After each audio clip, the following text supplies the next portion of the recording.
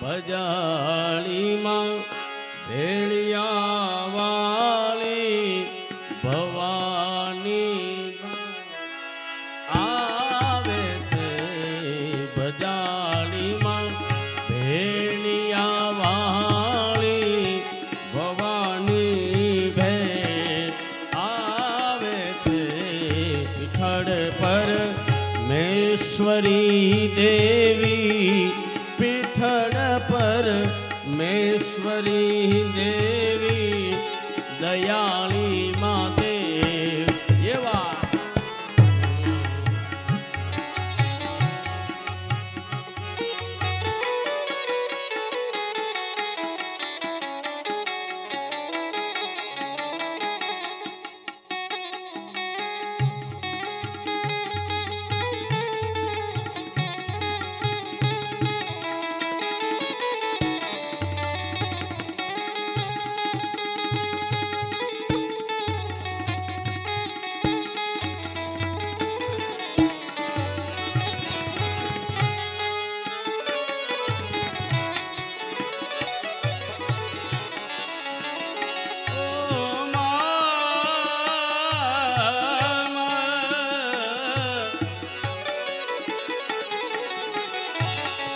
ધરી છે લોબડી કાળી ત્રિશુલ કર્મા તું પૂજાળી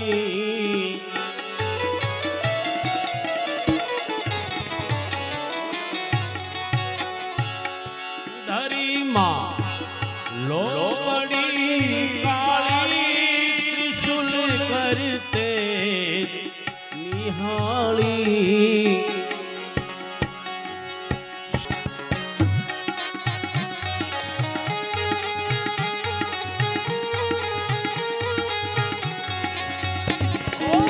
जय कान्हा काला प्रभु जय कान्हा काला मीठी मोरली वाला गोपीना प्यारा ओम जय कान्हा काला कामण गारा गान कामण बहुधा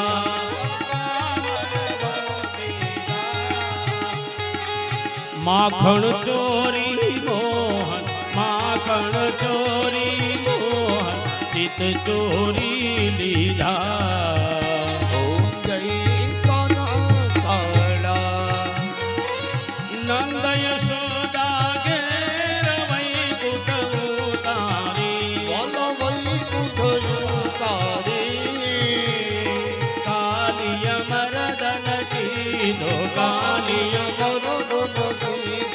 गायो ने चारी ओम जय कान्हा काला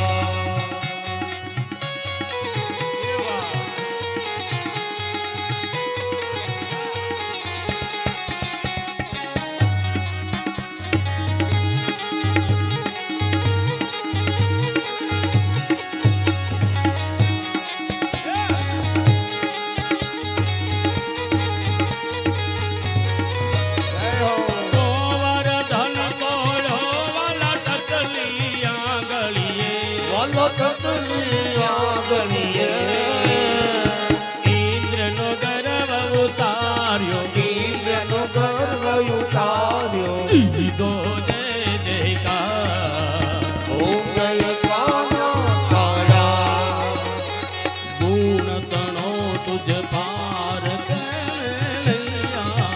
પ્રભુ તમે નહીં આવે નેતિ ભેદ પુકારે નેતિ વેદ પુકારે પુનીત ગુણ ગાવે ઓમ જય કાન્હા કાલા જય કાન્હા કાળા પ્રભુ જય કાન્હા કાલા મીઠી મોરલી વાળા મધુરી મોરલી વાળા ગોપીના પ્યારા ઓમ જય કાન્હા કાલા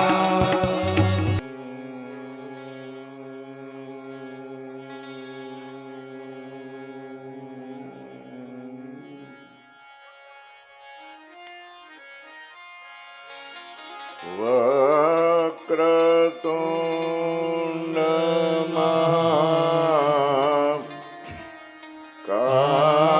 મહાકાય સૂર્ય કોટિ સમપ્રભ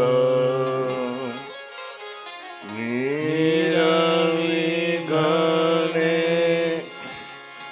કુરુ મે દેવા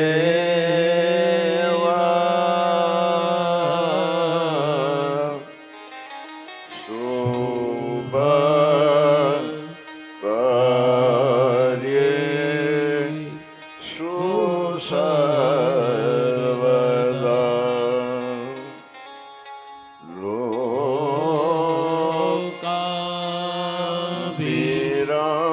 લોકાભિરામ રણરંગ ધીર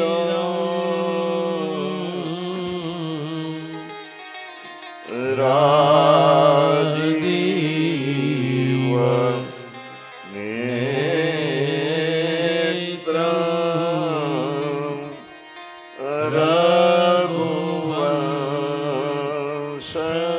રઘુવંશનાથં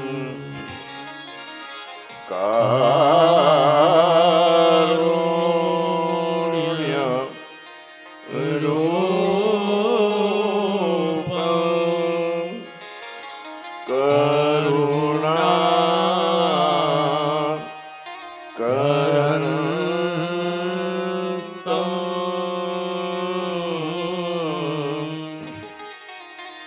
શ્રી રામ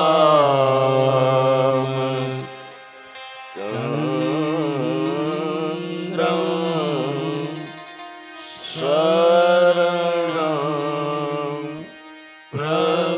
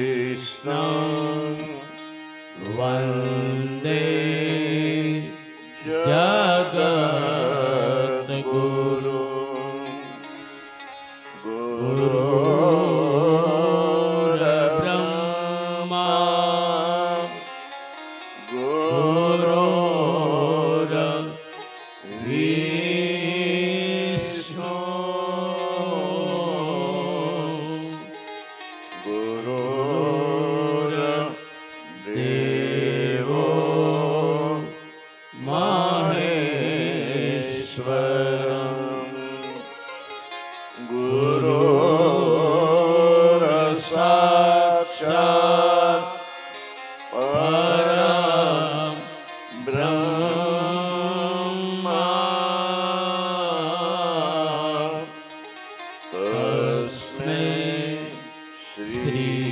ગુરુદેવ બોલી શ્રી રામચંદ્ર ભગવાન ભગવાન કી જય બાલકૃષ્ણ લાલ કી જય શ્રી સદગુરુ ભગવાન કી જય સનાતન ધર્મ કી જય ગૌ માત કી જય ભારત માત કી જય ભાગવત ભગવાન કી જય જગ્યા ભૌમ કી જય સબ સંતન કી જય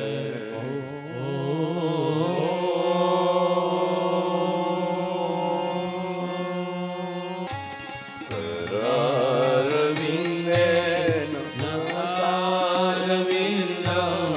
મુખારવિંદે વિનવેશયંતમ સ્વતસ્ય પત્રસ્ય ભૂતે શયાનમ બાલમુકુંદ મનસા સ્મરામિ શ્રી કૃષ્ણ ગોવિંદ હરે મુરારી હે નાથ નારાયણ વાસુદેવા વિશ્વા મૃતમે દેવા ગોવિંદ દામો ધર્માધરેતી વિગ્રેતિ કામા તિલગોપ કન્યા મુરારી પાદાર પિતચિત વૃત્તિ દધિયાદિકમ્મો સસાદોષા ગોવિંદ દામો ધર્માધરેતી હે ગુહે ગો મધુ કદંબા સર્વે મિલિત્વા સમવાચ યોગમ પુણ્યાનિ નામાનિ ભવન્તિ નિત્યમ ગોવિંદ દામો ધર્માધવેતિ સુખ સદાને નિલયે નિકેતી નામામિ વિષ્ણુ પ્રવદન્તિ મધ્યા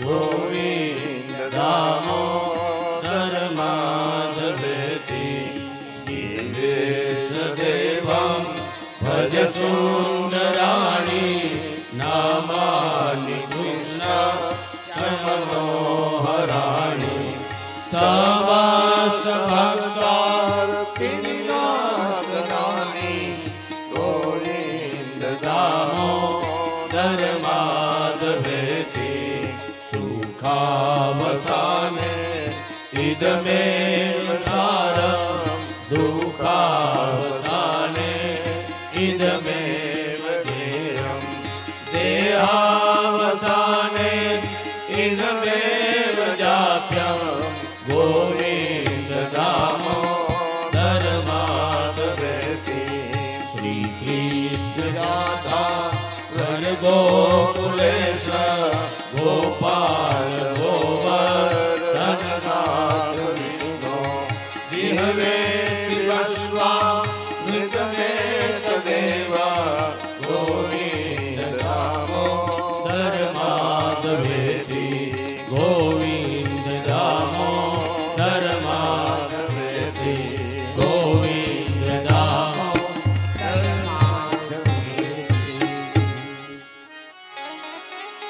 શુક્લ બ્રહ્મ વિચાર સાર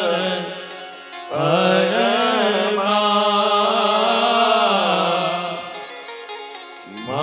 માધ્યા જગત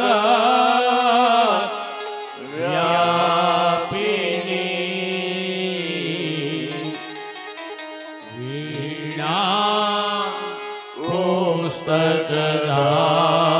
પુસ્તકધારિણી અભયદા અંધકારાપહં હસ્તે સ્ફટિકમાલિકા વિહિતં પદ્માસને સંસ્થિતા વંદે તાં પરમેશ્વરી ભગવતી બુદ્ધિપ્રદા શારદા વંદે દેવ ઉમાપતિ સુરગુરુ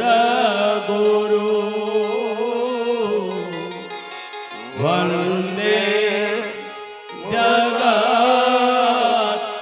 કારણં વંદે પંકજભૂષણં મૃગધરં વંદે પશુનાં પતે વંદે સૂર્યશશાંકવની નયનં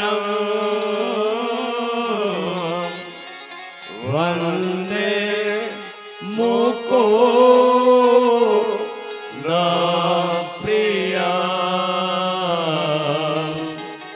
વંદે ભક્તજનાશ્રયં ચ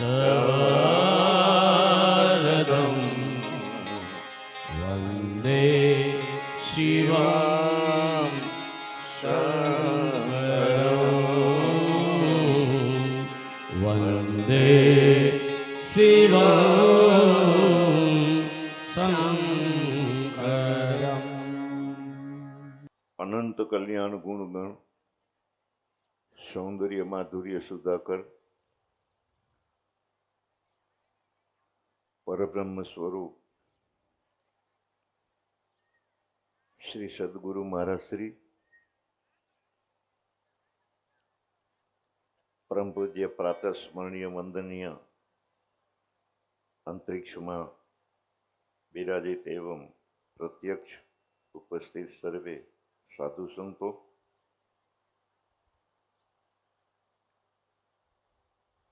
પરમ પૂજ્ય વંદનીય સંતવૃંદ, અમારું સંગીત વૃંદ, સમસ્ત દેત્રોજા પરિવાર, લીલાપર ગામ,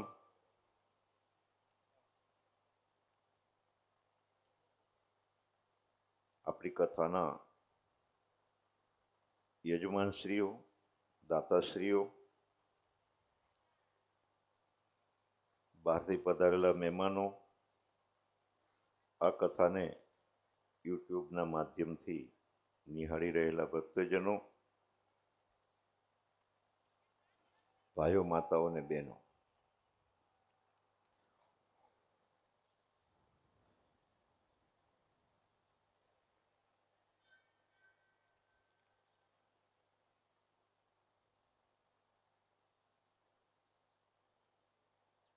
વિદુરજી મૈત્રીજીને પૂછે છે કે મહારાજ, મને ધ્રુવ ચરિત્ર કહો.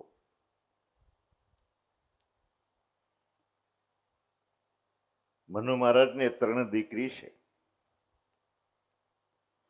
એ 3 દીકરીની ચર્ચા થયા પછી એને ત્યાં 2 દીકરાઓ થયા છે, ઉતાનપાદ અને પ્રિયવત. લખ્યું છે પ્રિયવતોત્તાનપાદો શતરૂપાપતે સુતો વાસુદેવસ્ય કલાયા રક્ષ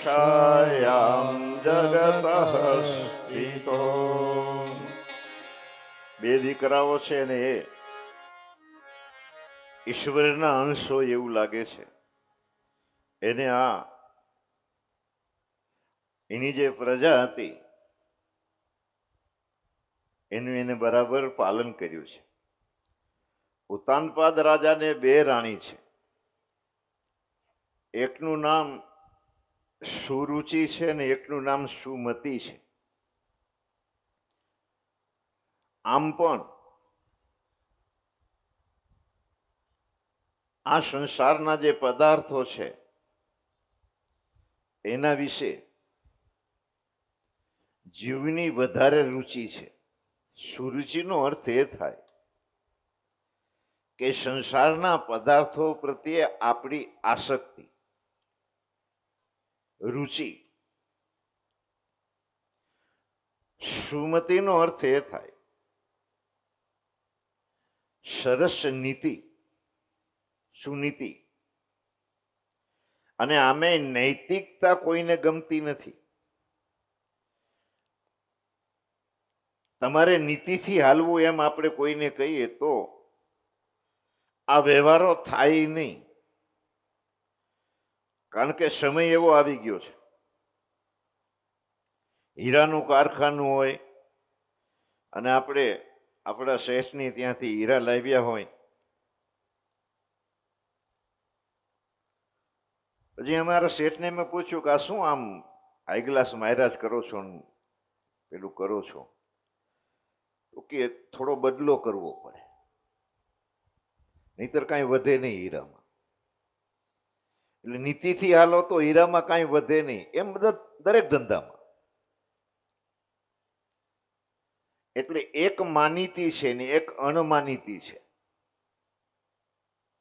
સુરુચિ જેનું નામ છે એ એના માનીતી રાણી છે, અને સુનીતિ જેનું નામ છે એ અણમાનીતી છે. સુરુચિને ત્યાં ઉત્તમ નામના દીકરા થયા છે, આને ત્યાં સુનીતિને ત્યાં ધ્રુવ થયા છે. એક વખત ઉતાનપાદ રાજા રાજસભામાં રત્નજડિત સિંહાસન ઉપર બેઠા છે, અને ત્યાં એના માનીતા રાણી સુનીતિ, જે પટરાણી છે. રાજાઓને રાણી ઘણી હોય, પણ જે પટરાણી હોય એ રાજસભામાં રાજ સિંહાસન ઉપર બેસવાનો એને અધિકાર હોય.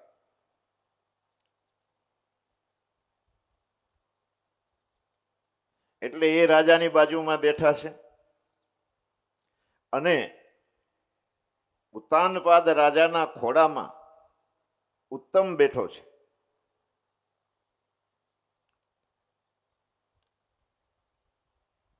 અને ધ્રુવજી આવ્યા, અને ધ્રુવજીએ જોયું કે મારો ભાઈ મારા પિતાના ખોડામાં બેઠો છે, તો હું પણ જઈને બેસું. એટલે એના પિતાજીની પાસે જઈ અને આમ ખોડામાં બેસવા માટે એ જવા લાગ્યો. તો એની અપર માતાએ કીધું કે આ તારા પિતાના ખોડાનો તું અધિકારી નથી. તારા પિતાના ખોડામાં તારે જો બેસવું હોય તો મારા ઉદરથી તારે જન્મ લેવો પડશે, અને એટલા માટે થઈને તું તપ કર. ધ્રુવજીને લાગી આવ્યું. એ રડતા હૃદયે એની માની પાસે આવી પગે લાગી, ખોડામાં માથું મૂકીને ખૂબ રડ્યો છે. પીઠ થાબડીને એની માં પૂછે છે કે બેટા કેમ રડે છે? તને કોઈ વધ્યું? કોઈએ કાંઈ કીધું? માં શું? મારી અપર માતાએ મને એમ કહ્યું કે તારા પિતાના ખોળામાં તારે બેસવું હોય તો તું તપ કર.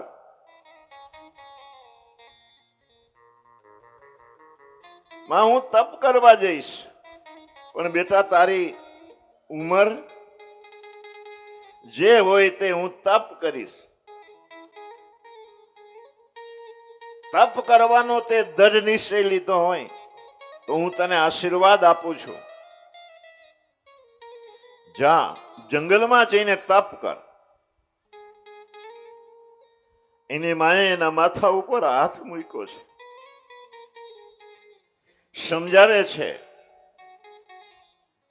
કે તારા દાદાએ પણ તપ કર્યું હતું, પરદાદાએ પણ તપ કર્યું હતું. જીવનનો આશય તપ છે. અહીંયા કોઈ વિલાસ કરવા આવ્યા નથી. આ જીવન, આ શરીર, આ માનવતા એ આપણને વિલાસ કરવા મળી નથી.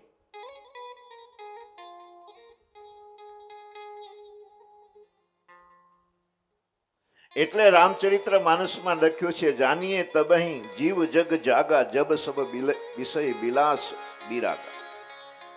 વિષયોના વિલાસમાંથી વૈરાગ થઈ જાય, એનું નામ તપ છે. અને એ વિષયોના વિલાસમાંથી વૈરાગ થાય તઈ આપણે જાગ્યા કહેવાય. હજી જાગ્યા જ નથી. મંડપમાં બેઠા, ના સ્ટેજ ઉપર બેઠા, એવું એ બધા એવું કે અમે તો જાગીએ છીએ. રામચરિત્ર માનસમાં એ પણ લખ્યું છે, મોહ નિશા સબ સોવનહાર. મોહરૂપી રાત્રિમાં આપણે બધા સૂતા છીએ અને એમાંથી જાગીએ ત્યારે આ સંસારના પદાર્થો એના પ્રત્યે આપણો જે લગાવ છે એનાથી વૈરાગ થઈ જાય. ધ્રુવજી નીકળ્યા છે, માના આશીર્વાદ લઈને નીકળ્યા છે. સવારે રોજ માના આશીર્વાદ લેવા. જેના ઘરમાં ઘરડા માં બેઠા હોય એને પગે લાગ્યા વયના ઘરની બહાર નીકળવું નહીં. અને એકવાર તમે આપણી માતાને આપણે પગે લાગીએ એની આપણી પીઠ ઉપર હાથ મૂકી દઈએ, માથા ઉપર હાથ મૂકીને એમ કે જા બેટા, તો આખો દિવસ આપણું અહિત નહીં થાય. ધ્રુવજી જઈ રહ્યા હતા ને એને નારદજી મળ્યા છે. અને નારદજીએ ધ્રુવજીને પૂછ્યું છે કે બેટા ક્યાં જાવ? કે તપ કરવા. આશ્ચર્યચકિત થઈને નારદજી પૂછે છે, તપ? તું તપ કરવા જાસ? કે હા. ભલભલા સાધુઓ તપ કરી શકતા નથી અને તું શું તપ કરીશ? તને ખબર છે જંગલની અંદર હિંસક પ્રાણીઓ હોય અને તને આખે આખો ઉપાડીને લઈ જશે, ખાઈ જશે, ફોતરોય હાથમાં નહીં આવે, ખાવા પીવાના ઠેકાણા નહીં, વરસાદ, તડકો, ટાઢ. એક કામ કર કે શું, તું મારા ભેગો હાલ, મા દીકરાનું મહિના માટે હું રાશન બંધાવી આપું, તમારા પિતાને હું સમજાવી દઈશ અને ઘરે રહો. કે ના, હું તો તપ કરવા જઈશ. બહુ નારદજી સમજાવે છે. ધ્રુવજી કહે છે કે નહીં, હું ક્ષત્રિય છું, બાળક છું. બાળ હઠ અઘરામાં અઘરી હોય અને ક્ષત્રિય ક્યારે એનો વટ મૂકે નહીં. મકોડો બટકું ભરી લે પછી બટકી જાય પણ છોડે નહીં. જોયો હશે આમ બટકું ભરતા કહે. ધ્રુવજી કહે છે કે હું તપ કરીશ. નારદજી કહે છે કહો તેજ ક્ષત્રિયાણામ. આની નિષ્ઠા, આનો સંકલ્પ, આની દઢતા. બહુ પ્રલોભનો આપ્યા નારદજીએ. છેલ્લે એવું કહ્યું કે અડધું રાજ અપાવી દઉં. ધ્રુવજી કે નહીં, એક સંકલ્પ કર્યો છે કે હું તપ કરીશ, હું ભગવાનને મેળવીશ. તમે જે સંકલ્પ કરો એ સંકલ્પમાં આપણે ઢીલા પડી જાય એટલે કામ એ થાય નહીં. સંકલ્પની દઢતા હોવી જોઈએ.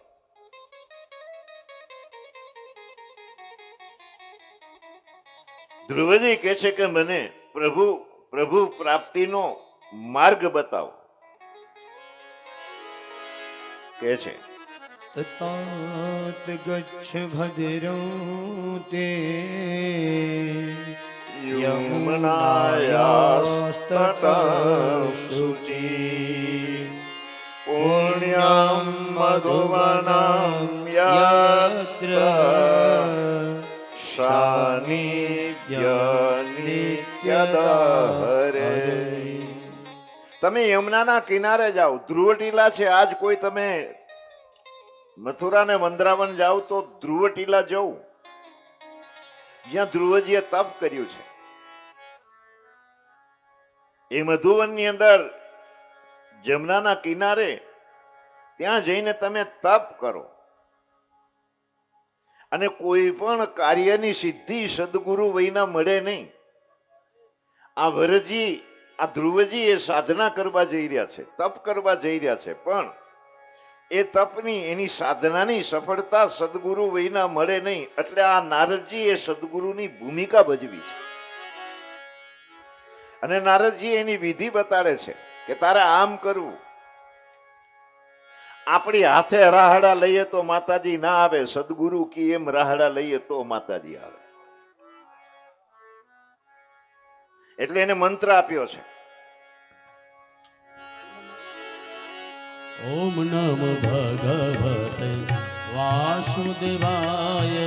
જોકે આ ઓમ નમઃ ભગવતે વાસુદેવાય. આ પરંપરાગત પ્રાપ્ત મંત્ર છે અને એ ગવાય નહીં. અમારે સાધુઓ ના પાડે છે, પણ આપણા ગુજરાતમાં બધા ગાય છે તો અમે ગાઈશું. વાહ બાપુ વાહ, ક્યા વાત.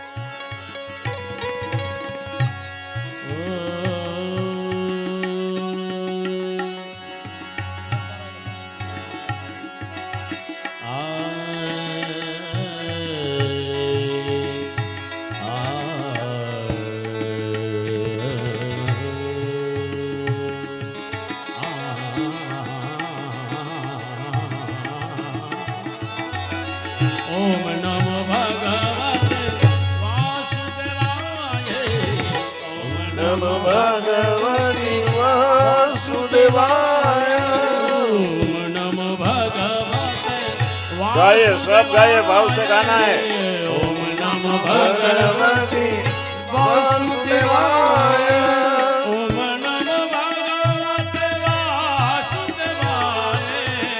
ઓમ નમો भगवते वासुदेवाय.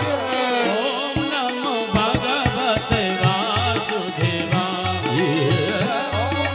भगवते वासुदेवाय. નારદજી કહે છે, હે ધ્રુવજી, નાના હોય કે મોટા, ઊંચ હોય કે નીચ, ઘરમાં હોય કે જંગલમાં, ભગવાન કોઈ પ્રયત્ન કરે તો એને મળે છે. ભગવાનને ક્યારેય દુર્લભ માનવા નહીં. ઓમ નમો ભગવતે વાસુદેવાય. ओम नमो भगवते वासुदेवाय. ઓમ નમો ભગવતે વાસુદેવાય. ओम नमो भगवते वासुदेवाय. વાસુદેવ ગાસે તેના પિતૃરાજ થાશે. વાસુદેવ ગાસે તેના पितृराज थासे. વાસુદેવ ગાસે તેના પિતૃરાજ થાશે. वासुदेव दासे लेना पितृराज थासे. ઓમ નમો ભગવતે વાસુદેવાય. ओम नमो भगवते वासुदेवाय.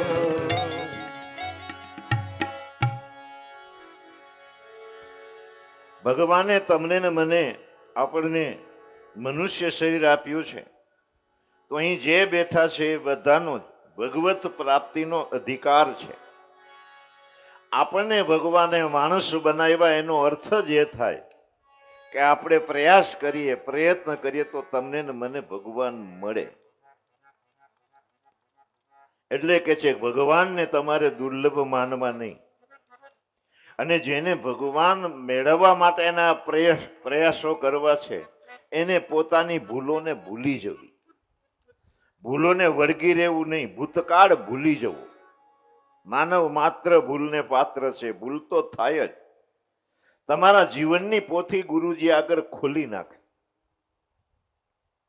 આપણે આપણા અમુક કામો એવા હોય, અમુક કાર્યો એવા હોય, અમુક લખણો એવા હોય કે આપણે બીજાને કહી ના શકતા હોય, પણ ગુરુજીને કહી દેવા. રામ કહા સબ કૌશિક પાહી. વિશ્વામિત્ર પૂછે છે કે બેટા, ફૂલ લેવા ગયો તો મહડો કેમ થયો? તો એ વખતે ભગવાને બાનું કાઢ્યું હોત તો હાલત કે સાયકલમાં પંચર પડી ગયું. ના, એને કીધું કે જેનો સ્વયંવર થઈ રહ્યો છે એ સીતાજી આવ્યા હતા અને એને જોવામાં અમે મોડા થયા છે. તો ગુરુજીની પાસે આપણા જીવનની પોથી ખોલી નાખવી, ભૂલો ભૂલી જવી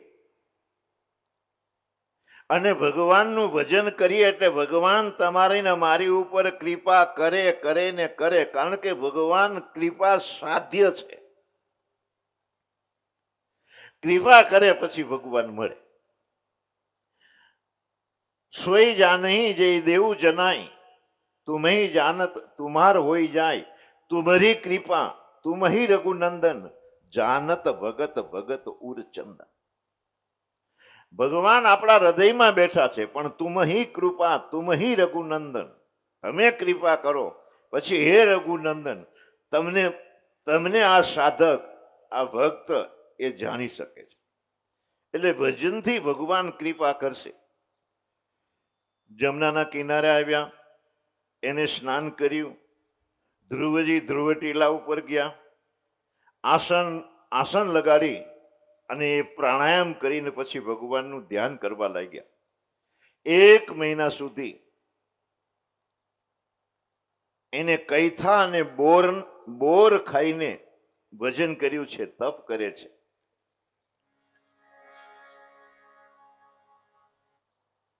ખટુમડા કૈથા આવે, બીલાના ઝાડ જેવા, બીલાના ફળ જેવા. એના પાવડરથી ભજીયા બનાવો છો તમે. અહીંયા શું કહેતા હોય ભગવાન જાણે. બીજા મહિને સુખા પાન અને ઘાસ ખાઈને એને તપ કર્યું છે. ત્રીજા મહિને કેવળ પાણી પી અને તપ કર્યું છે. ચોથા મહિને કેવળ પવન પર એટલે કે શ્વાસોશ્વાસ લઈ અને એ તપ કરે છે. 5મા મહિને એને પવન યાને શ્વાસોશ્વાસને પણ રોકી દીધા છે. અને આ એની કુમળી અવસ્થા, કોમળ નિર્મળ એનું હૃદય, એના અંતકરણની શુદ્ધિ જલ્દી થઈ અને એ સમષ્ટિ જગતની અંદર તાદાત્મય થઈ ગયા. સર્વત્ર એને ભગવાન દેખાવા લાગ્યા. અને જ્યારે પોતાના શ્વાસોશ્વાસને પોતે બંધ કરી દે છે ત્યારે બધાની સાથે તાદાત્મય થયા હોવાના કારણે બધાના શ્વાસ રૂંધાવા લાગ્યા. બધા ગભરાયા છે. બ્રહ્માજીની પાસે ગયા, બ્રહ્માજી ભગવાનની પાસે ગયા. ભગવાન કહે છે કે હું સત્વરે ધ્રુવજીને દર્શન દેવા જઈશ. અને ભગવાન ગરુડ ઉપર સવાર થઈ અને ધ્રુવજીની પાસે આવ્યા છે. ધ્રુવજી આંખ ખોલી તો ભગવાન ચતુર્ભુજ ભગવાન એની સામે પીળા પીતાંબર પહેરીને, જરકસી જામા પહેરીને, વિવિધ પ્રકારના આભૂષણો પહેરીને, રત્ન જડિત એને મુકુટ પહેર્યો છે. હાથમાં સુદર્શન ચક્ર, શંખ, ગદા, પદ્મ. ધ્રુવજીની આંખમાંથી આંસુ વહેવા લાગ્યા. ધ્રુવજી દંડવત પ્રણામ કરે છે. ધ્રુવજી એવું કહે છે કે હું ભણેલો નથી, મારે તમારી સ્તુતિ કરવી છે, પણ મને તમારી સ્તુતિ આવડતી નથી. કૃતાંજલમ બ્રહ્મમયેન કંબુના સ્પર્શ બાલમ કૃપયા. એની પાસે જે શંખ છે એ શંખ ધ્રુવજીના ઓઠને સ્પર્શ કરાવે છે અને એની સાથે જ એ સ્તુતિ કરવા લાગ્યા. द्वार दया का जब तू खोले द्वार दया का जब तू खोले पंचम सुर में मुंगा बोले पंचम सुर में मूंगा बोले अंधा देखे लंगड़ा चल करे अंधा देखे लंगड़ा चल के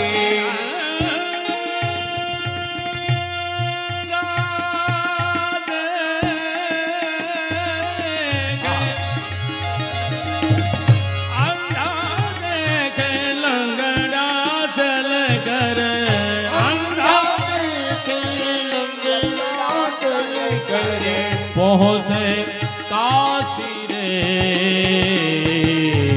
दर्शन जो घनश्याम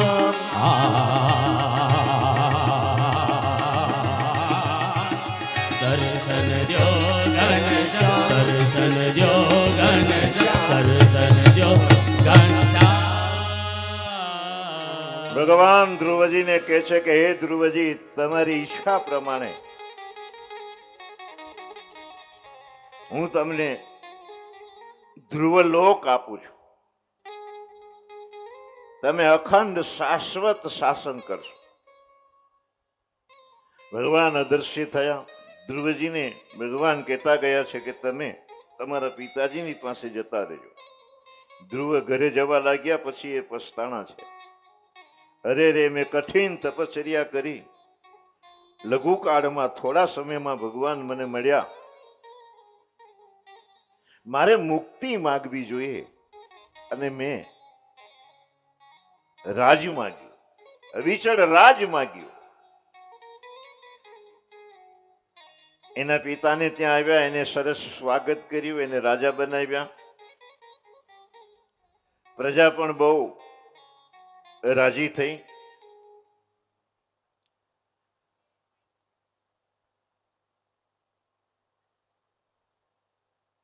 ધ્રુવજીના લગ્ન શિશુમારની દીકરી ભ્રમી સાથે થયા. એનાથી કલ્પવત્સર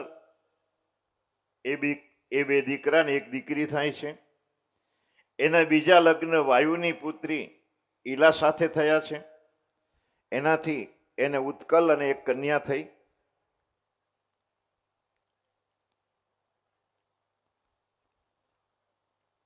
ઉત્તમના લગ્ન થયા નથી. ઉત્તમ એક વખત શિકારે જાય છે ત્યારે યક્ષો એને મારી નાખે છે. એની માં એના વિયોગમાં શુરુચિનું પણ મૃત્યુ થયું. ધ્રુવજીએ યક્ષોની સાથે ભીષણ યુદ્ધ કર્યું છે. ઘણા બધા યક્ષો યુદ્ધમાં મરાયા. મનુ મહારાજ આવીને ધ્રુવજીને સમજાવે છે કે અહીંયા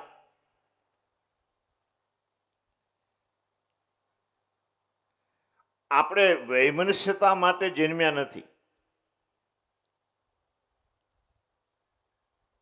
એને સમજાવ્યા. બ્રહ્માજી આવે એ પણ એને સમજાવે. યુદ્ધ બંધ થયું.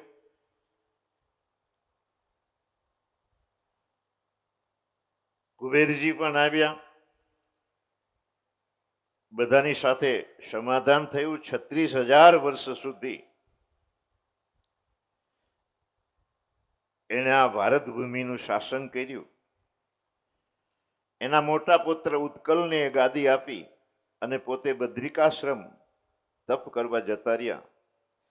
ત્યાં એને કઠિન તપશ્ચર્યા ફરી કરી છે. એની તપશ્ચર્યાથી પ્રસન્ન થઈ અને ભગવાને એનું વિમાન મોકલ્યું છે. ભગવાનના પાર્ષદો વિમાન લઈને આવ્યા અને ધ્રુવજીને કહે છે આપ બેસી જાઓ. મૃત્યુના માથા ઉપર પગ મૂકીને ધ્રુવજી વિમાનમાં બેઠા છે. અને જયારે વિમાન જવા લાગ્યું ત્યારે પાર્ષદોને કહે છે કે ઉભા રહો, કે કાં? મને મારી માં યાદ આવ્યા છે. મારી માના આશીર્વાદ જો મને ના મળ્યા હોત તો ભગવાન મને ના મળે. હું મારી માં વિના નહીં જાઉં. પાર્ષદો કહે છે કે થોડા આમ આગળ જુઓ, તમારા તપના પ્રભાવે, તમારા ભજનના પ્રભાવે તમને ભગવાન મળ્યા હતા, એટલે તમારા પહેલા તમારી માને ગતિ મળી છે ને આગળના વિમાનમાં બેસીને પાર્ષદો એને લઈ જઈ રહ્યા છે. ધ્રુવજને પણ ગતિ મળી, એમની માતાને પણ ગતિ મળી. ઉત્કલ રાજા વિચારે છે કે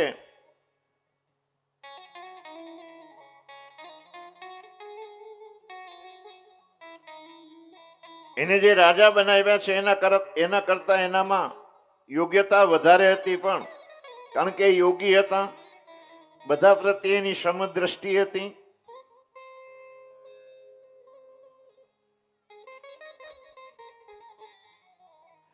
મંત્રીઓ એવું વિચારે છે કે આ ગાંડા છે, એટલે વત્સરને ગાદીએ બેસાડ્યા. એની પરંપરામાં અંગરાજા થયા. તેને ત્યાં દુષ્ટ વેનનો જન્મ થયો છે. પૂરેપૂરી ભાગવતમાં નાસ્તિકમાં નાસ્તિક કોઈ પાત્ર હોય તો આ વેન છે. અન્ય જે અસુરો થયા છે એને ભગવાન સાથે વેર બાંધ્યું છે. હરણાકશ્યપ પણ એવું કે છે કે હું ભગવાનને મારીશ, હાથમાં આવે તો મૂકીશ નહીં. રાવણ પણ એવું કે છે કે હું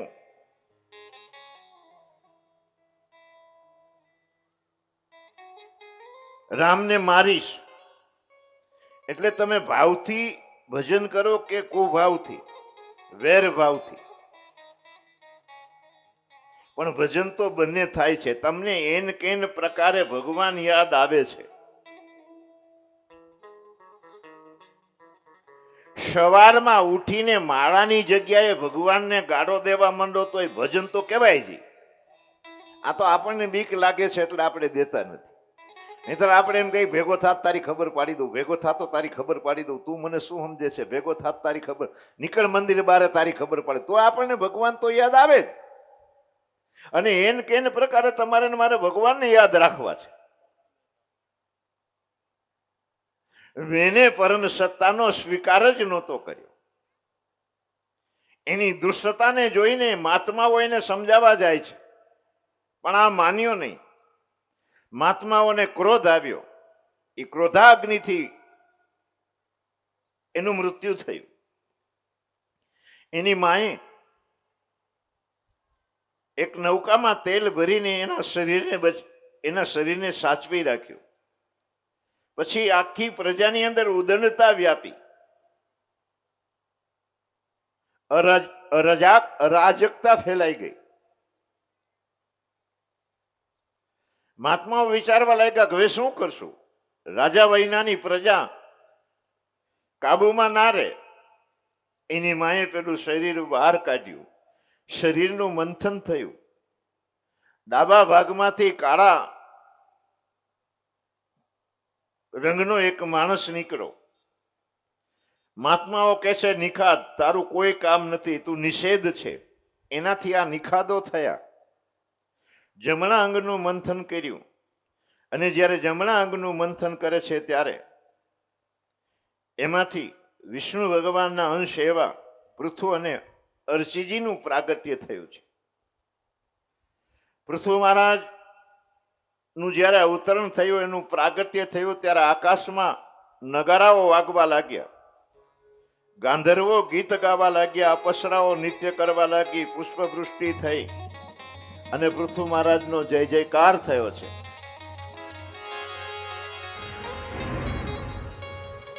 બ્રહ્માદિક દેવતાઓ આવ્યા, એનો અભિષેક કરે છે. કુબેરજીએ સિંહાસન આપ્યું. પૃથુ મહારાજને સિંહાસન ઉપર બેસાડ્યા. વરુણ છત્ર આપે છે, ઇન્દ્ર મુકુટ આપે છે, બ્રહ્માજી એને કવચ આપે, યમરાજાએ એને દંડ આપ્યો છે, અને લક્ષ્મીજી એને અવિચળ એ સંપત્તિ આપી છે. દેવતાઓએ પોતપોતાના આયુધો આપ્યા, રાજ્યાભિષેક થયા પછી બધાએ સ્તુતિ કરી અને વિદાય લે છે. પૃથુ મહારાજ જોવે છે કે આ પૃથ્વી રસહીન થઈ છે. ભાગવતજીમાં લખ્યું છે કે પૃથુ મહારાજે આ પૃથ્વીનું દોહન કર્યું. આમ તો બંજર ધરા થઈ જાય, જમીને લાયક પાણી ના હોય ને આપણે પિત્ત કરીએ, વારંવાર પાણી પાઈએ તો એ જમીન બંજર થઈ જાય. અને અત્યારે તો બધાના ખેતરો બંજર થઈ ગયા છે. એનું કારણ છે કે આપણે ખેતરોમાં રાસાયણિક ખાતરો નાખીએ છીએ, ફર્ટિલાઇઝર દવાના ઉપયોગો કરીએ છીએ અને એના કારણે જમીન બંજર થઈ ગઈ છે.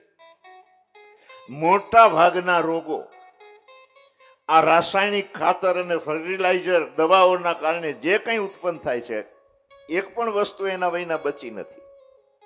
અનાજ પણ રાસાયણિક ખાતર વાળું. આ તમારા ફળ ફળાદી એ દવાઓ અત્યારે નાસિક થી પેલી દ્રાક્ષ આવે છે અને એવી લીલી છમ હોય, આમ જોતાની સાથે જ એમ થાય લઈ જવી છે. અને તમે જોજો, બરાબર ધોયા વહીને એને તમે ખાશો તો તમારું ગળું મનશે બળવા. એમાં દવાનો છિંટકાવ થયો છે. ફળ ફળાદી પણ દવા વાળા. આપણા જ ખેતરમાં આપણે દાડમ વાવ્યા હોય તો ઝીકા ઝીક દાડમમાં દવા, દવા ઉપર દવા, દવા ઉપર દવા. આપણા ખેતરમાં આપણે મરચી વાવી હોય, મેં 10 થી 15 વર્ષ ટ્રાય કરી,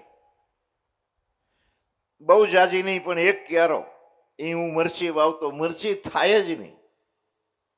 અને એક વખત આમ હળવદ બાજુથી અમે નીકળ્યા તો લીલુંછમ આમ 10 વીઘાનું ખેતર મરચીનું. અમારા સંજયને મેં પૂછ્યું, સાથીને મેં પૂછ્યું કે આ તો લીલીછમ મરચી છે, આપણે નથી થતી. કે બાપુ દવા છાંટે છે, દવા છાંટ્યા વિના થાય નહીં. પછી 2 વર્ષથી અમારે ત્યાં અમારા ફુવા છે ને અમે કીધું કોઈને ખબર ન પડે એમ છાની માની થોડી દવા આમાં છાંટી દે. એટલે 2 વખત આમ પેલા હાથના પંપથી થોડી થોડી દવા મારી દે. 2 વર્ષ ત્યાં અમારે મરચા લેવા જવા નથી પડતા, એટલા મરચા થાય છે. મારે એ તમને કેવું છે કે જેટલા આપણી અંદર રોગ થયા છે, જેને આપણે આમ કલ્પી ના શકીએ એવા રોગ થાય છે, એ બધા જ રોગ આ રાસાયણિક ખાતર અને ફર્ટિલાઇઝર દવાઓથી ઉત્પન્ન થતા અનાજો, કઠોળ, ફળ, આપણા શાકભાજી, એનાથી આ રોગ થાય છે. એટલે આપણે પણ હવે પૃથુ મહારાજે જેમ આ પૃથ્વીનું દોહન કર્યું, ઉબડ ખાબડ પૃથ્વીને સરખી કરી, આ પૃથ્વીની અંદર છાણિયું ખાતર નાખ્યું, એમાં ઓર્ગોનાઇઝન ખેત પેદાશ કરી, એમ આપણે પણ હવે કરવું પડશે. હવે પાછા વળવું પડશે. એક ભાઈ કે બાપુ નુકસાન બહુ જાય છે. મેં કેમ? કે 30 મણ જે વીઘે ઘઉં થાય એ રાસાયણિક ખાતર ના નાખીએ તો 20 જ મણ થાય છે. અને થશે એ હું તમને કહી દઉં. એનું કારણ કહું કે આપણે ઘણી જ એલોપેથિક દવા લીધી હોય અને પછી આયુર્વેદ વાળાની દવા લેવા જઈએ તો એ દવા અસર ન કરે, કારણ કે ઓના ડોઝ જ એવા હોય. એના ડોઝ તમારા શરીરમાંથી બાદ થઈ ગયા પછી આ આયુર્વેદની દવા તમને અસર કરે. એમ પેલા નહીં, હવે એટલા બધા ડોઝ આપણે રાસાયણિક ખાતરના આપ્યા છે કે એમાંથી જમીન બહાર આવે પછી છાણિયું ખાતર તમને કામ આપે. એટલે 3 વર્ષ તો નુકસાન સ્વીકારી લેવું, ભલે નુકસાન જાય. આપણે દવાખાને જઈને દવાખાને દાખલ થયા નથી કે 1,00,000-1.5 લાખનું બિલ આવ્યું નથી. સામાન્ય ઓપરેશન હોય તો, થોડું સારું ઓપરેશન હોય તો 5-5 લાખનું બિલ આવે. બાપુ કે દવાખાનામાં મેં ધોવાઈ ગયા એવું કે. પૃથ્વીનું દોહન કર્યું છે. પૃથુ મહારાજ એને યજ્ઞ કરવો છે, એટલે યજ્ઞ માટે થઈને એ દીક્ષિત થયા છે. યથા દીક્ષિત રાજા તો યમેવ શતેન શમ બ્રહ્મવર્તે મનોક્ષેત્ર યત્ર પ્રાચી સરસ્વતી. પૂર્વ દિશામાં જે સરસ્વતી વહી રહ્યા છે ત્યાં એને દીક્ષિત થઈને અશ્વમેઘ યજ્ઞની શરૂઆત કરી છે. બ્રહ્મવૈવર્ત ક્ષેત્રની અંદર એને યજ્ઞનો પ્રારંભ કર્યો છે. 99 યજ્ઞો થયા છે અને 100મો યજ્ઞ જ્યારે એ કરી રહ્યા છે ત્યારે યજ્ઞના ઘોડાને ઇન્દ્ર ચોરી જાય છે.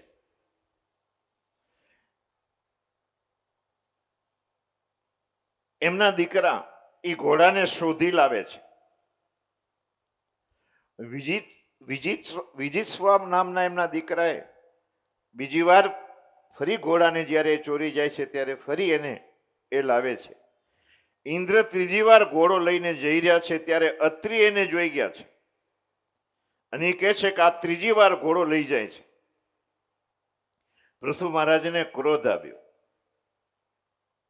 આચાર્યો, યજ્ઞના આચાર્યો એ કહે છે કે તમે યજ્ઞ માટે દીક્ષિત થયા છો, તમારે ક્રોધ કરાય નહીં. આપણે નવરાત્રિનું અનુષ્ઠાન કરવા બેઠા હોઈએ તો ખાવા પીવાની તો ધ્યાન રાખવાની જ છે, પણ તમને ક્રોધ ના આવી જાય, તમારામાં બીજા વિકારો તમને સતાવી ના જાય એની પણ કાળજી રાખવાની છે. નહીતર જે રહે છે ને એને ક્રોધ બહુ આવે છે. અપવાસ હોય તેથી તમે જોજો, આમ આપણે બહુ ક્રોધ કરતા હશો.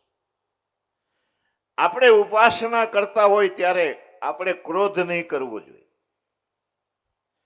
આ આચાર્યો કે છે કે તમે કહેતા હો તો આહવાન કરી અને આ ઇન્દ્રને અમે આ યજ્ઞ કુંડમાં હોમી દઈએ. પૃથુ મહારાજ એનાથી બહુ ત્રસ્ત થયા હતા. એટલે એ કહે છે કે તમે એકવાર મંત્રોથી એને આહ્વાનિત કરી અને આ યજ્ઞ કુંડમાં એને હોમી જ દો, બળીને ભસ્મ થઈ જાય. મહાત્માઓ એ તૈયારી કરવા લાગ્યા. બ્રહ્માજી આવ્યા અને બધાને સમજાવે છે. પૃથુ મહારાજને પણ કહે છે કે 99 તો થઈ ગયા છે, આ તમે 100મો યજ્ઞ કરી રહ્યા છો, એ પૂરો થાય કે ના થાય ફરક શું પડે છે? 100 યજ્ઞ પૂરા આપણે કરીએ, અશ્વમેઘ યજ્ઞ 100 થયા પછી ઇન્દ્રાસનના આપણે અધિકારી થઈ જઈએ, આપણે ઇન્દ્ર બની શકીએ. બ્રહ્માજી પૂછે છે તમારે ઇન્દ્ર બનવું છે કે ના? ના, ઇન્દ્રાસનની મને જરાય લાલચ નથી, તો 99 જ ગણાય, 100મો રહેવા દો. પૃથુ મહારાજ બ્રહ્માજીની આજ્ઞાને માની ગયા અને એ વખતે ભગવાનનો આવિર્ભાવ થયો, એનું પ્રાગટ્ય થયું. પૃથુ મહારાજ દંડવત પ્રણામ કરી હાથ જોડી અને એની સામે આંખ બંધ કરીને ઊભા છે. ભગવાન કહે છે કે માંગી લો. યજ્ઞ પ્રત્યેની તમારી નિષ્ઠા, બ્રહ્માજીના કહેવાથી તમે જે એની વાતનો સ્વીકાર કર્યો એથી હું તમારા ઉપર પ્રસન્ન થયો છું. તમારે જે માગવું હોય તે માગી લો. એ એવું માંગે છે કે મારે તમારા ચરિત્રો સાંભળવા માટે, તમારી કથા સાંભળવા માટે હજારો કાન થાય, હજારો કાનથી હું તમારી કથાને સાંભળી શકું, આવું પૃથુ મહારાજે માગ્યું છે.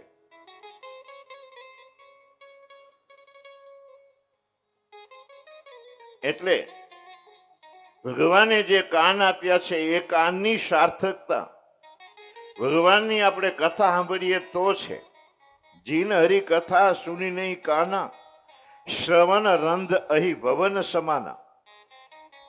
જેને કાનથી કથા નથી સાંભળી એ કાન નથી, એ સર્પના દર છે.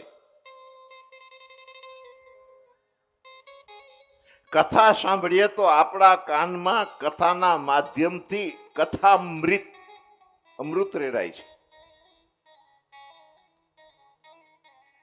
અને ભગવાનને અંદર તમારે પધરાવા હોય, હૃદયમાં પધરાવા હોય તો બે જ માર્ગ છે ભગવાનને પધરાવાના, એક આંખ અને એક કાન.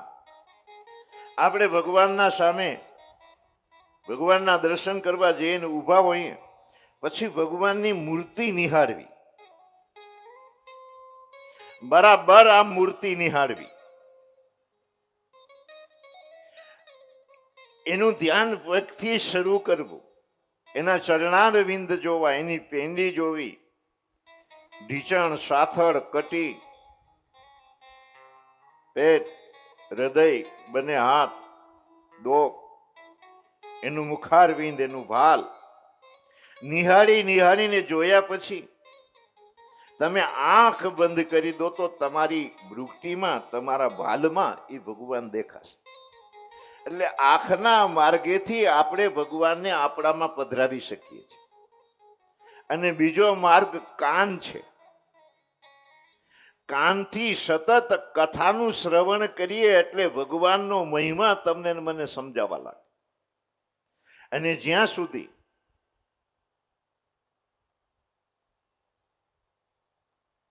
યથાર્થ એનો મહિમા સમજાય નહીં ત્યાં સુધી તમારી ને મારી બુદ્ધિ એ ભગવાન તરફ ઝૂકતી નથી. એટલે કથાના માધ્યમથી, કાન દ્વારા ભગવાન આપણા હૃદયમાં આવે છે.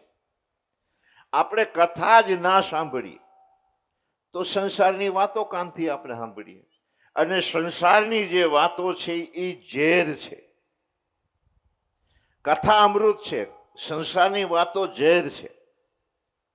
આપણે રાફડામાં હાથ નાખીએ તો પેલો ત્યારે બેઠો હોય કોબરા, નખ મારે, અને એ કોબરા એકવાર નખ મારી દે પછી આપણે બચીએ નહીં. કોબરાથી બચવું અશક્ય છે. મૃત્યુ થાય, મૃત્યુ થાય પછી બીજે આપણને બીજું શરીર મળે, ક્યાંક બીજે જન્મીએ આપણે. અને એ કોબરાના ડંખ પછી શરીરમાં જે ઝેર વ્યાપી ગયું છે એ ઝેરના પ્રભાવે કરીને આપણું મૃત્યુ થાય છે, આપણો બીજે જન્મ થાય છે, આપણને બીજું શરીર મળે છે. કોબરાનું ઝેર આ શરીરમાં જ રહે છે, બીજા શરીરમાં આવતું નથી. પણ આ સંસારની વાતો રૂપી ઝેર તમારા ને મારા કાનમાં ભરાઈ જાય, બરાબર સંસાર બરાબર ઠસાઈ જાય પછી મૃત્યુ થયા પછી આ સંસારનું ઝેર એ તમને બીજા જન્મમાં નડે, એ ભેગું આવે. એટલે ભગવાનની કથા આપણે સાંભળવી. અને જોજો, માફ કરજો, હવે મારે 2-3 દાડા રહેવું છે એટલે, પણ કહીશ તો ખરું જ સાચું. અને તમને એમ થશે કે બાપુ અમને જ કે કરે છે, પણ તમારે એવું ન માનવું. હું જ્યાં કથા કરવા જાઉં ત્યાં એવું કહું જ. હમણાં મેહાણા કથા હતી એટલે હું એવું કહેતો હતો કે અમારા કાઠિયાવાડની બહેનોને કહું છું, એટલે એ રાજી રહેતા. અત્યારે હું તમને કાંઈ કહેતો હોઉં તો હું કહું છું કે મેહાણાની બહેનોને કહું છું, તમારે રાજી રહ્યો. બહેનો અધિક મહિનામાં પેલા સાજ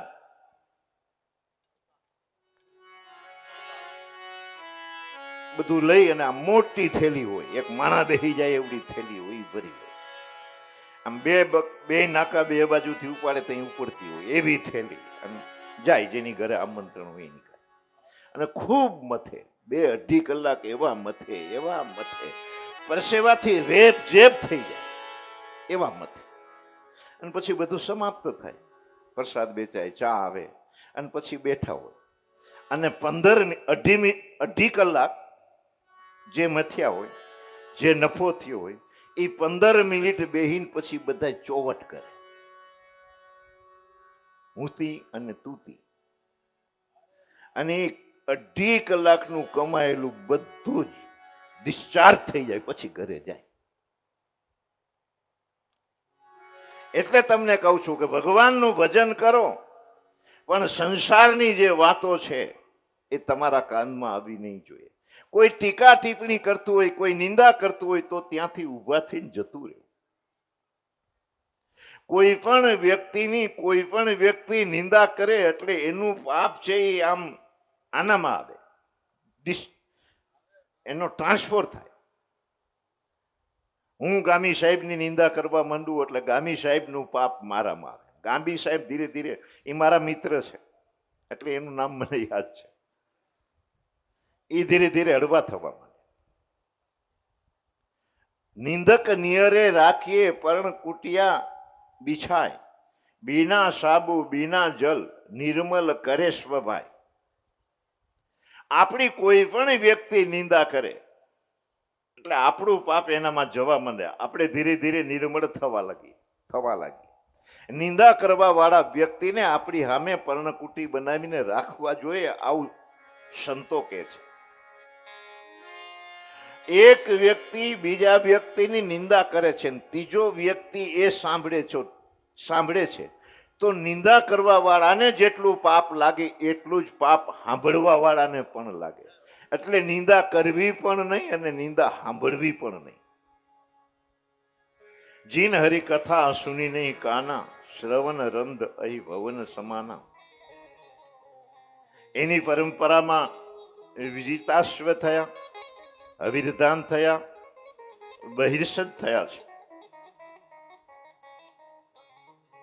આ બહિર્ષદ રાજા એને યજ્ઞમાં બહુ જ રુચિ હતી. એને ઘણા બધા યજ્ઞો કર્યા, એટલા બધા યજ્ઞો કર્યા કે આ પૃથ્વી જે છે એ ડાભથી ઢંકાઈ ગઈ.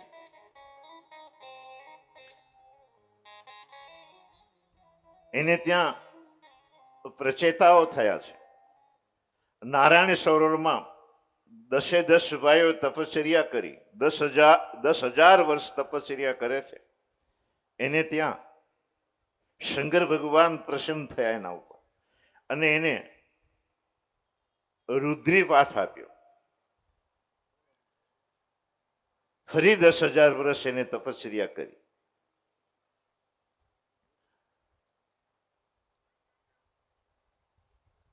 પ્રાચીન બ્રહ્મી હજી એને કર્મકાંડમાંથી અરુચિ થઈ નથી. નારદજી આવ્યા, પુરજન આખ્યાનના માધ્યમથી એને સમજાવ્યા. નારદનો અર્થ જ જાય, નારદનો અર્થ જ એવો થાય કે જેનું દીધેલું જ્ઞાન રદ ન થાય. એ સમજી ગયા છે. એને બ્રહ્મ જિજ્ઞાસા થઈ, જ્ઞાન પીપાસા એ જાગી. નારદજી એને ઉપદેશ આપે, એને વિદાય લીધી. વિદુરજી પૂછે છે કે મહારાજ શ્રી, આ પ્રચેતાઓએ રુદ્રગીત, રુદ્રીના પાઠો જે શંકર ભગવાને આપ્યા હતા એને પ્રાપ્ત કર્યા પછી એને શું કર્યું? મૈત્રીજી કહે છે કે એ નારાયણ સરોવરના કિનારે ફરી એને 10,000 વર્ષ તપશ્ચર્યા કરી. એની તપશ્ચર્યાથી ભગવાન એના ઉપર પ્રસન્ન થયા. ભગવાન કહે છે કે માંગી લો. પ્રચેતાઓ કહે છે કે અમારે યોગ્ય સંતાન જોઈ છે. ભગવાન એ કહેવા લાગ્યા કે કોઈ પણ વ્યક્તિ તમારા તપશ્ચર્યાને યાદ કરશે તો ભાઈ ભાઈમાં અથા પ્રેમ વધશે. અને તમારે ત્યાં વ્રાક્ષી નામની જે કન્યા છે, કંડુ ઋષિ તપશ્ચર્યા કરી રહ્યા હતા ત્યારે ઇન્દ્રે પ્રલોચના નામની અપસરાને મોકલી અને એ અપસરાથી જે કન્યા થઈ એ કન્યાને મૂકીને આ મહાત્મા પણ જતા રહ્યા અને પેલી અપસરા પણ જતી રહી. આ કન્યાનું પાલન પોષણ એ વૃક્ષો કરે છે એટલે એનું નામ વ્રાક્ષી પડ્યું છે. ભગવાન કહે છે તમે એની સાથે લગ્ન કરજો, તમારે ત્યાં એક યોગ્ય સંતાનની તમને પ્રાપ્તિ થશે અને એના એ સંતાનના માધ્યમથી આ સૃષ્ટિની વૃદ્ધિ થશે. પ્રત્યેચાઓએ ભગવાનની સ્તુતિ કરી. નમઃ સ્માય શુદ્ધાય પુરુષાય પરાય વાસુદેવાય ત્વાય તુભ્યં ભગવતે નમઃ. ભગવાનની સ્તુતિ કરી છે. અમારી સેવા, અમારું તપ, અમારી વિદ્યા આપની પ્રસન્નતા માટે હો. આમ ભગવાનથી વરદાન પ્રાપ્ત કરી પ્રત્યેચાઓ ઘરે આવ્યા. નારાયણ સરોવરમાંથી આમ બહાર નીકળ્યા. ઘરે આવવા માટે જ્યારે બહાર નીકળ્યા છે ત્યારે પૃથ્વી વૃક્ષોથી આચ્છાદિત થઈ ગઈ છે. એને ક્રોધ આવ્યો. એક પ્રશ્ન તો એ થાય કે 10,000 વર્ષ પહેલા એને તપસ્યા કરી અને શંકર ભગવાન એના ઉપર રાજી થયા, એની સામે આવ્યા. ફરી 10,000 વર્ષ એને તપસ્યા કરી અને ભગવાને એને દર્શન આપ્યા, વરદાનો આપ્યા. આમ ટોટલ 20,000 વર્ષ એને તપસ્યા કરી છે. આટલા વર્ષો સુધી તપસ્યા કર્યા પછી એને ક્રોધ કેમ આવ્યો? કોઈ પણ સદકાર્ય કરીએ એમાં ક્રોધ નહીં આવવો જોઈએ. અનુષ્ઠાન કર્યા પછી ક્રોધ આવે તો અનુષ્ઠાનનું જે ફળ છે એ પૂરું થઈ જાય. આમને ક્રોધ કેમ આવ્યો? તો ઘણા બધા કહે છે, ઘણા બધા સાધુ સંતોની એવી માન્યતા છે કે એને તપશ્ચર્યા કરી છે પણ એની ડિક્શનરીમાં કોઈ સંત નથી. અયોધ્યાવાસીઓ બધા ભગવાન પાછળ એ નીકળ્યા. તમસા નદીના કિનારે આવ્યા અને ભગવાને જોયું કે આને બહુ મનાવ્યા પણ આ ઘરે પાછા નથી ગયા. એટલે સુમંત્રજીને કહે છે કે હે સુમંત્ર, આ મનાવાથી નહીં માને તો શું કરું? આપણે આ ઘસઘસાટ બધા ઊંઘી રહ્યા છે, આને છોડીને રાત્રિએ આપણે જતા રહીએ. રાત્રિએ જતા રહ્યા. સવારે અયોધ્યા વાસીઓ જાગ્યા અને રામ રામ કહી ચૌદિશી ધામહી, રથ કર ખોજ કતહુ નહીં પાવઈ. હે રામ હે રામ હે રામ કહી અને ભગવાનને શોધી રહ્યા છે પણ એને ભગવાન મળ્યા નહીં. મારે તો તમને રામાયણનો એ સિદ્ધાંત કેવો છે એ સમજાવું છે.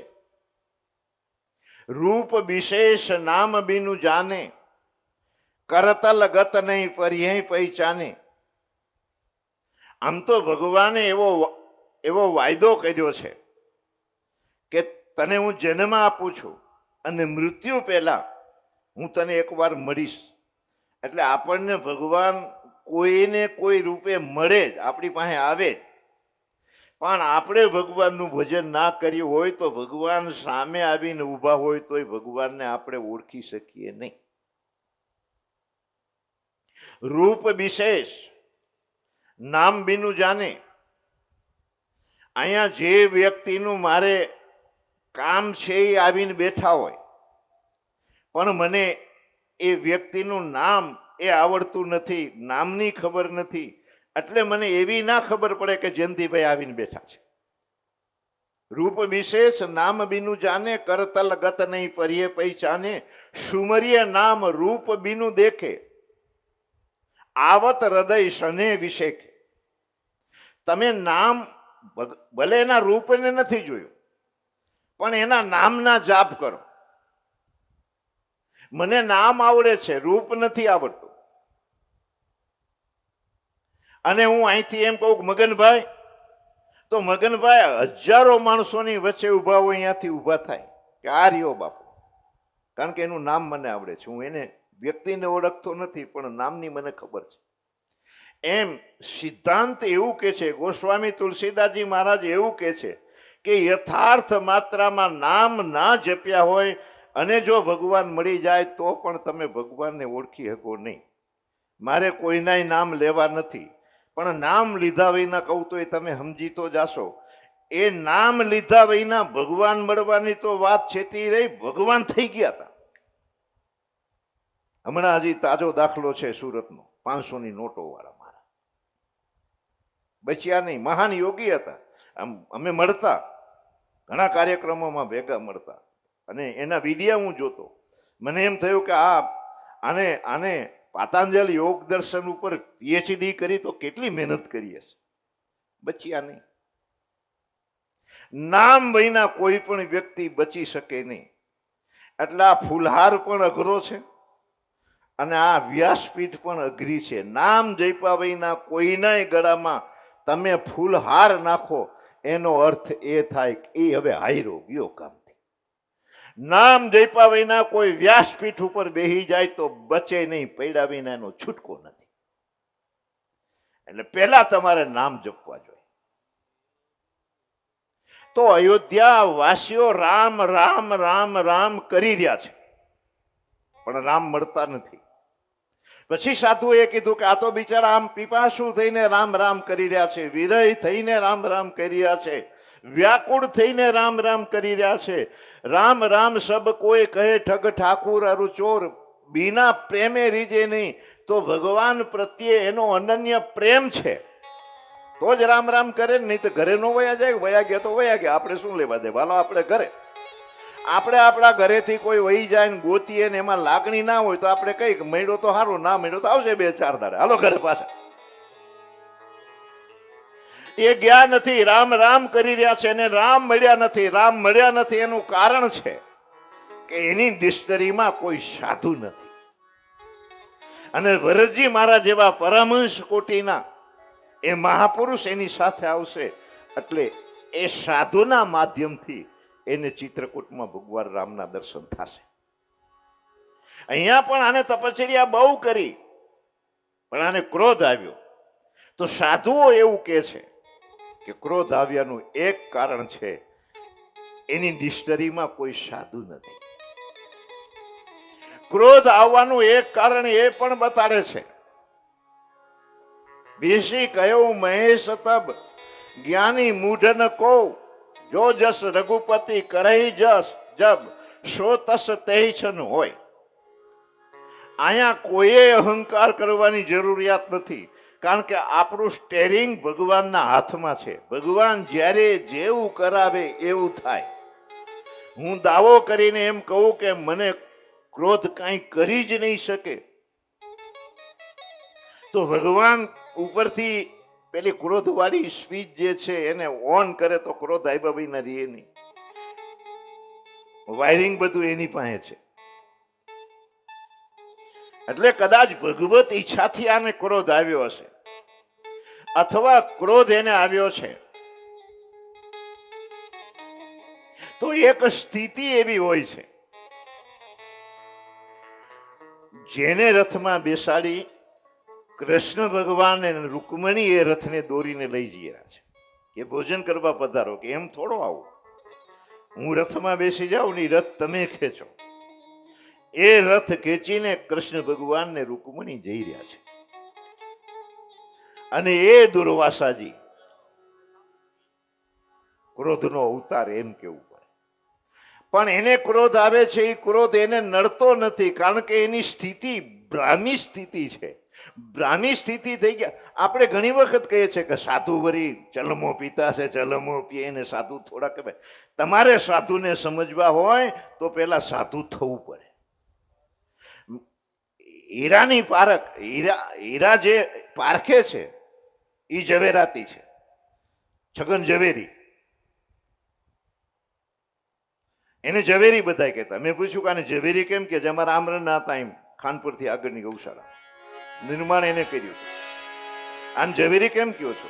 કે હીરા ઘસતા ને હીરા પારખે છે, એની નામ ક્ષમતા છે. એ પારખે છે એટલે એને ખબર પડી જાય છે કે આ જીરમ વાળો છે, કે આ ડાસા વાળો છે, કે આવો છે, કે આવો છે.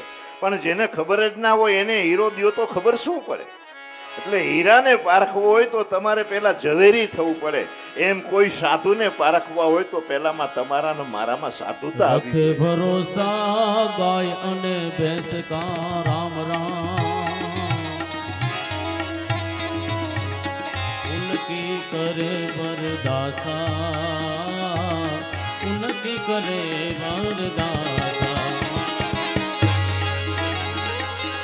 નહીં ભરોસા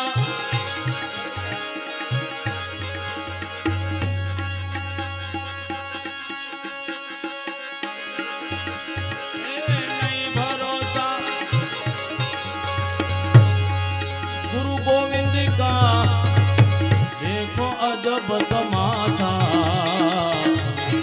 સદગુરુ સાચા સાચા ગુરુજી સે સાચા સાચા